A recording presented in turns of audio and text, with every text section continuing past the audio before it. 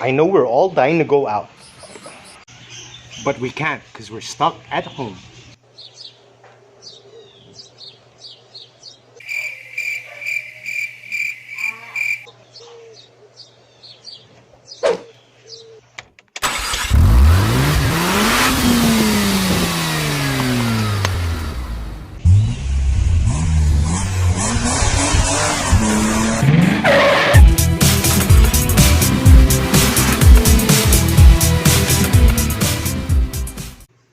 Nope, we really can't go out.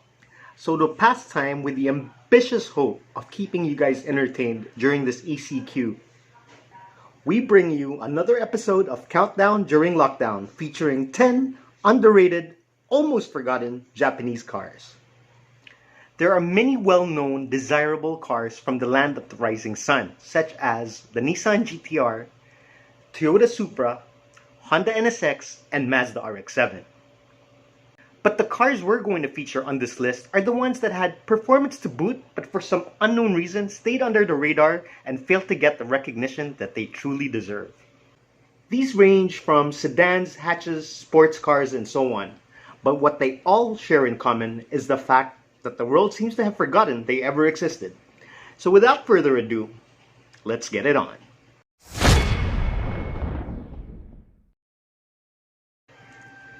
Before SUVs became a dime a dozen, the sedan was actually the vehicle of choice for most families. Most of them were boring grocery getters, but there were a select few that could serve as the family hauler and also a butcher at the stoplights. One of which was the Mitsubishi Galant VR4. The VR4, which stands for Viscous Real-Time 4-Wheel Drive, was first introduced with the 7th generation Galant, which also had the 4G63T under its hood. Yes, the same engine found in early models of the Mitsubishi Lancer Evolution. But the Galant that earns a spot on this list is the 8th generation model, which came with a 2.5-liter twin-turbo engine, which had a published power rating of 276 horsepower. Probably even more, given the gentleman's agreement between Japanese manufacturers to keep power figures in the neighborhood of 280. The VR4 had a top speed of 240 kilometers an hour and could dash to 100 in just 5.5 seconds. Now that's respectable even by today's standards. Well, just as long as you don't pull up next to a Tesla at the stoplight. But since we're in the Philippines, what are the chances of that even happening? There was also a wagon version of the VR4 called the Legnum. What a stunner.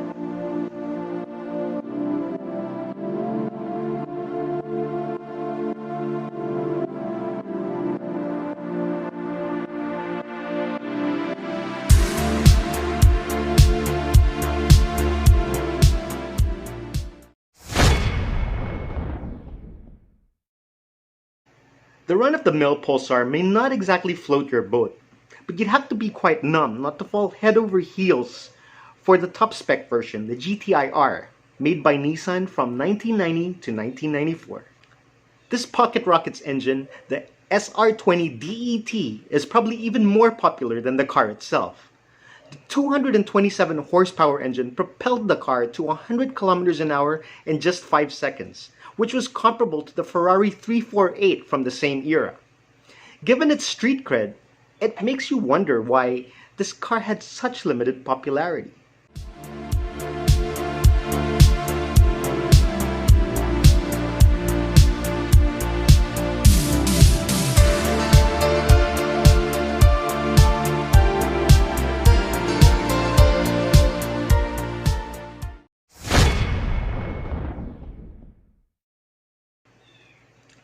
Amongst all the cars on this list, the least glorified one has to be the Mazda 323 GTR. We had the base version of the 323 right here in the Philippines, but sad to say, it was known as the quintessential taxi. Many failed to recognize the car it really was here. I would know because I owned one. It was by no means a GTR, but still, it was irritating to have people ask you, bakit ka nag-Mazda? Or, each time you'd buy parts in Banawe, they'd say, yun pang taxi. Hardly anyone knew the car actually had some racing pedigree. In the mid-80s, Mazda was keen on making a mark in motorsports, And the WRC seemed to be the perfect venue to showcase they can build a car that can endure and excel in the most demanding conditions, just like their Japanese competitors. But being a relatively smaller company on a tight budget, they opted to create a homologation special of the already existing Mazda 323 for them to compete in Group A. The first car was released in 1985 and was known as the GTX. The car that makes it on our list today is the succeeding model, the GTR, produced from 1989 to 1994.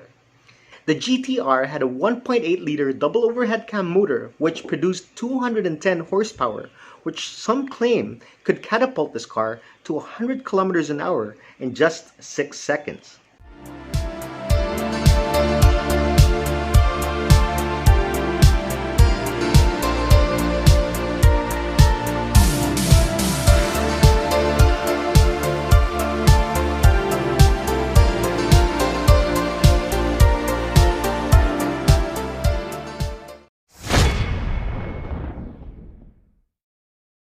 The next car on this list was made by Isuzu.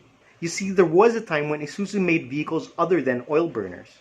That's right, back in the 80s, they made this, the Isuzu Piazza. This car had all the right ingredients of an iconic car. Exterior styling by an Italian automotive legend, handling by Lotus, a potent turbocharged engine, not to mention Japanese reliability. The Piazza, or Impulse as it's known in some markets, was first unveiled in the 1979 Tokyo Motor Show. It initially debuted in Japan the following year and came with a choice of a single or double overhead cam 2-liter engine pumping out 120 or 135 horsepower respectively. Later on, a turbo version was released which had 150 horsepower. The turbo model, which weighed just a little over 1,200 kilograms, could reach a top speed of 209 kilometers an hour and took only 8 seconds to hit 100 kilometers an hour. Now, that may not be mind-blowing by today's standards, but just look at it. What more can you ask for?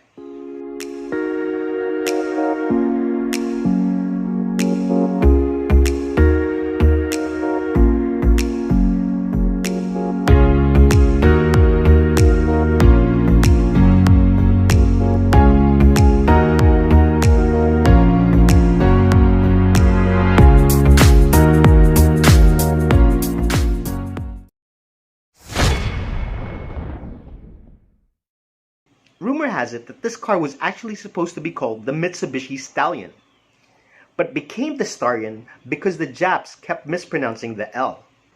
Anyway, per Mitsubishi's PR department, the name actually represents a star and a mythical creature called Aryan, hence Starion. Be that as it may, the Starion definitely deserves more recognition, and hence is on this list.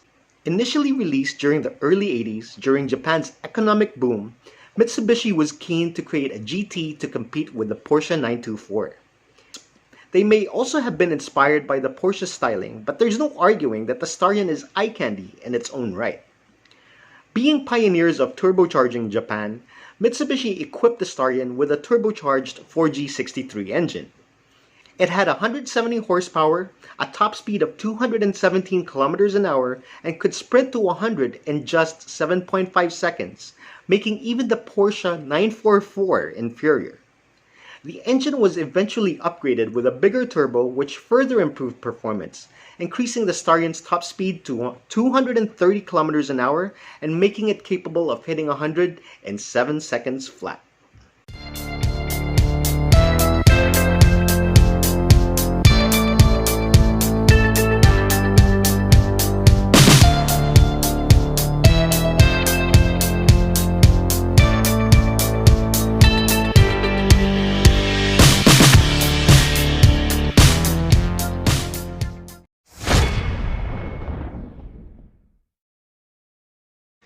What are the key ingredients to a superb Grand Tourer, a GT car?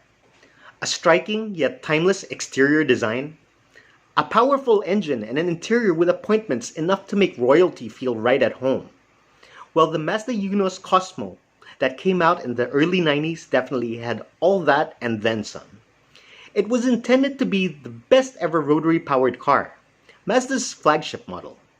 With a 3-rotor rotary engine under the hood, it was said to be on par with V12 engines.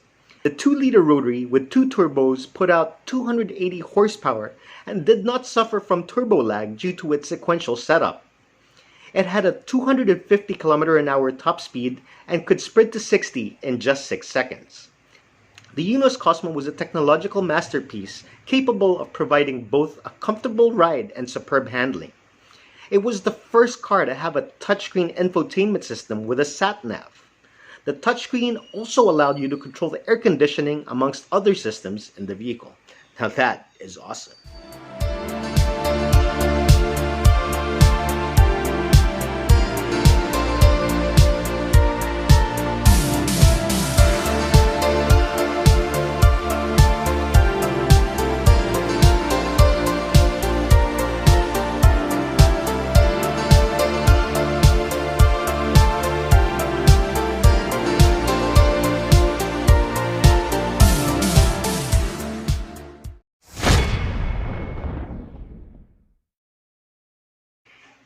Imagine the satisfaction that comes with smoking someone at the stoplight with what seems to be an Econobox to the untrained eye.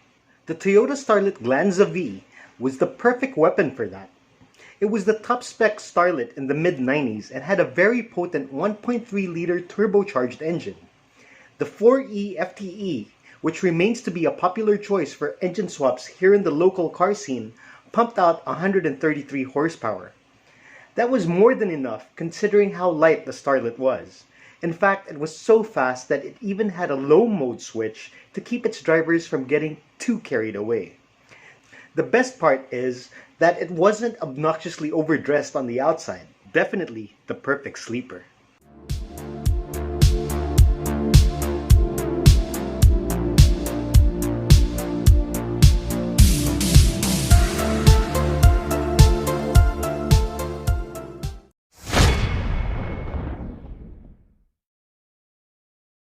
Some say there's no substitute for displacement.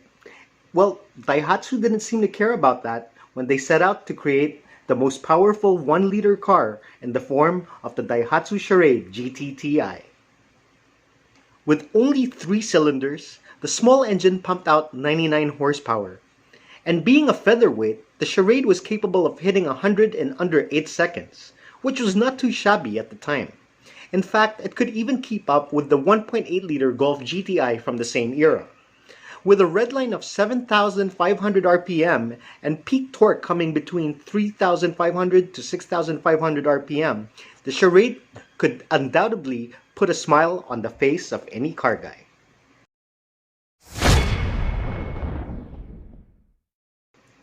Designed by the same Italian who gave us the Isuzu Piazza, the SVX was equally gorgeous. With an extremely slippery drag coefficient of 0.29, a plush interior, and a capable 6-cylinder boxer engine, the SVX was a recipe worthy of making any car guy drool. The SVX was intended to be a game changer for Subaru, and despite costing significantly more than any of their other models, Subaru claims each unit was actually sold at a financial loss. So the SVX graced dealerships for only a short period of time. Despite having a 230 horsepower 3.3-liter engine that could achieve a top speed close to 250 and a sprint to 100 in just a hair over 7 seconds, the SVX failed to fulfill its primary purpose, which is really quite sad, given the fact only a few cars as subtle as the SVX can turn as many heads.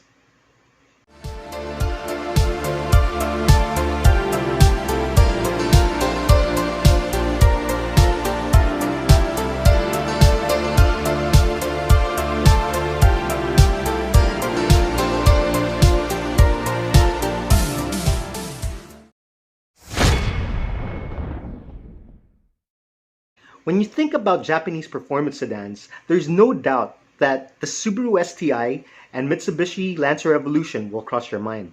But if you're an avid car nut, you may also recall the Mazda Speed 3. Though it didn't achieve the same level of fame as its all-wheel drive counterparts, the front-wheel driven compact still had bragging rights. With a 2.3-liter turbocharged engine packing 263 horsepower, the Mazda Speed 3 can hit 105.5 seconds and reach a top speed of 250. Mazda has always catered more to driving enthusiasts over boy racers, and given the fact this car was offered during their Zoom Zoom days, there's no doubt the Mazda Speed was heaps of fun, even if it suffered from a little torque steer.